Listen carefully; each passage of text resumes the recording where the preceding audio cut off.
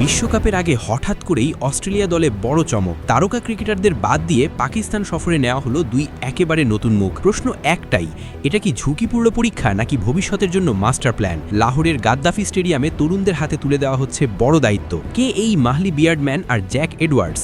কেন বিশ্বকাপ দলের বড় নামগুলো নেই? চলুন জেনে নেই বিস্তারিত।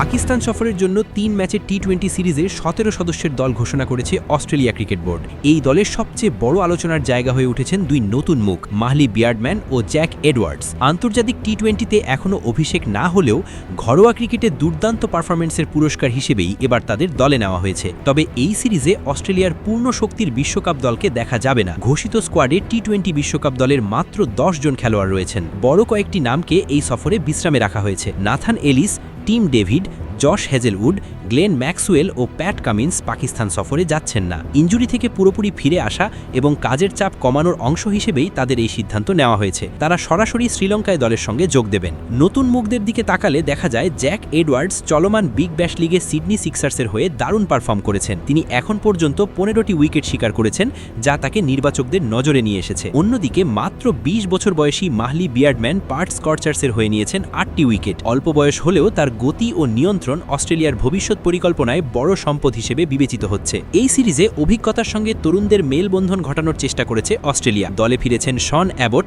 Ben ডুয়ারসুইস, miss অয়েন, Josh Philip, mat Renshaw এবং ক্যামেরন গ্রিনের মতো ক্রিকেটাররা। অলরাউন্ড শক্তি বাড়াতে ক্যামেরন গ্রিনের প্রত্যাবর্তন বিশেষভাবে গুরুত্বপূর্ণ। দলকে নেতৃত্ব দেবেন মিচেল মার্শ। বিশ্বকাপের আগে অধিনায়ক হিসেবে নিজেকে আরও শক্তভাবে প্রমাণ করার জন্য এটি মার্শের জন্য বড় সুযোগ।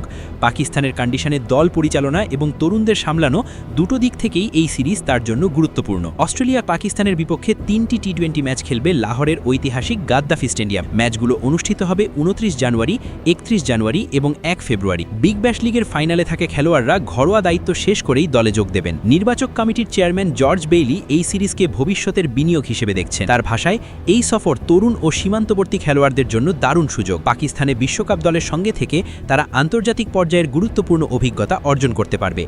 তিনি আরও জানান, মাহলি বিয়ার্ডম্যান আগেও অস্ট্রেলিয়ার স্কোয়াডে ছিল এবং জ্যাক এডওয়ার্ডস গত বছর ভারতের বিপক্ষে ওয়ানডে দলে যুক্ত হয়েছিল। সব মিলিয়ে বলা যায়, পাকিস্তান সফরের এই স্কোয়াড অস্ট্রেলিয়ার স্পষ্ট বার্তা দিচ্ছে, বিশ্বকাপের আগে তারা শুধু জেতার চিন্তাই করছে না, বরং ভবিষ্যতের জন্য প্রস্তুত দল গড়ার দিকেও নজর দিচ্ছে। এখন দেখার বিষয়, এই নতুন মুখরা লাহোরের মঞ্চে কতটা নিজেদের প্রমাণ করতে পারে।